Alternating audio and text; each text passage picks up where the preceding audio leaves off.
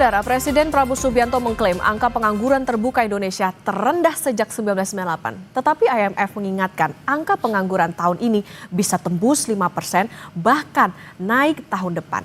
Apalagi Organisasi Buruh Dunia juga bilang tingkat pengangguran usia muda Indonesia tertinggi di ASEAN. Tingkat pengangguran terbuka juga turun ke angka 4,76%. Ini adalah terendah sejak krisis 1998. Sekali lagi, kita tidak boleh puas karena 4,76% dari 287 juta orang itu angka yang cukup besar. Dan bagi mereka yang perlu pekerjaan segera, ini sesuatu yang harus kita pikirkan dengan seksama. Kita paham bahwa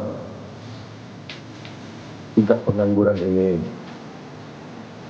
sangat meresahkan bagi mereka yang sangat butuh pekerjaan. Klaim Presiden Prabowo Subianto tentang tingkat pengangguran terbuka Indonesia di 2025 yang terendah sejak 1998 sepenuhnya akurat mengacu data Badan Pusat Statistik.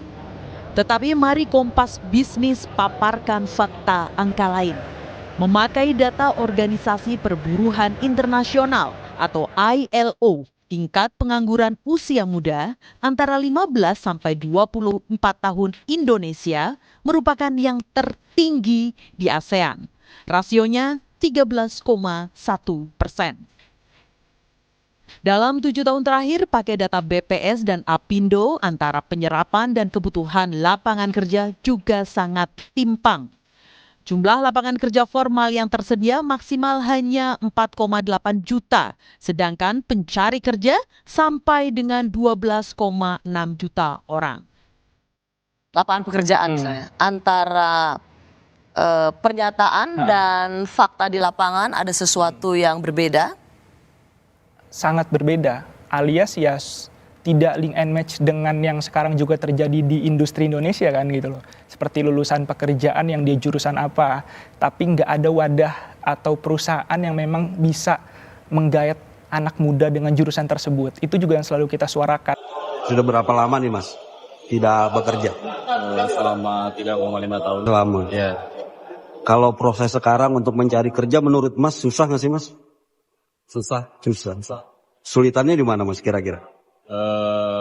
Kesulitannya karena banyaknya minat yang Persaingan ya? Ya, persaingan yang pengen kerja, apalagi lowongan kerja yang sangat minim.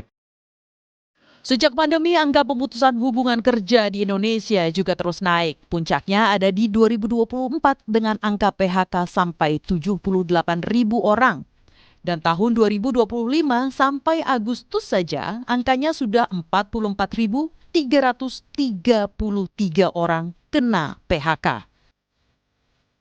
Dampaknya jumlah pekerja informal Indonesia meledak jadi 86,58 juta orang. Rasionya hampir 60% dari jumlah pekerja di Indonesia. Pak Presiden Prabowo, permasalahan tenaga kerja di Indonesia juga bukan sekadar pengangguran. Kompas Bisnis juga punya data lain. Sebagian besar pekerja di Indonesia atau 109 juta jiwa dibayar di bawah upah layak. Hanya 35 juta jiwa saja yang dapat upah sesuai dengan UMR. Upaya menciptakan lapangan kerja terus dilakukan oleh pemerintah. Sedang integrasikan dengan job portal swasta. Lowongan saat ini itu ada sekitar 200.000 secara online. Dan sebuah riset sudah dilakukan, kalau kita gabungkan dengan job portal swasta itu bisa 1 juta, Mbak.